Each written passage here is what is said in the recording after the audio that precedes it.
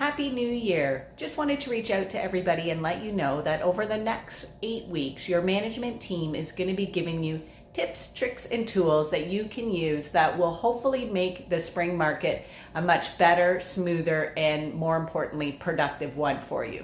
So the first tip and trick that I'm going to give to you is if by any chance you did not get around to sending any Christmas cards or calendars out to your contact list, to your database, do it now. Do it this week. Get a Happy New Year card you can order. We just got an email from one of the suppliers that you can order calendars from. Do it this week, reach out to them, say Happy New Year, and send something out to them. The other thing that I'm gonna ask everyone to do this week is to look at your source of business last year.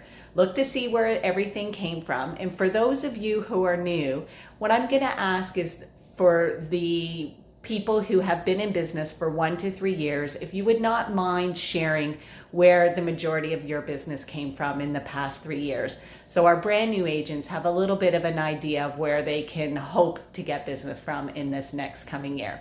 So that's my request of you for the next week is to, if you did not send out a Christmas greeting, holiday greeting, or calendars, to do so this week and to take a look at where your business came from next week. Hope everyone has a great week.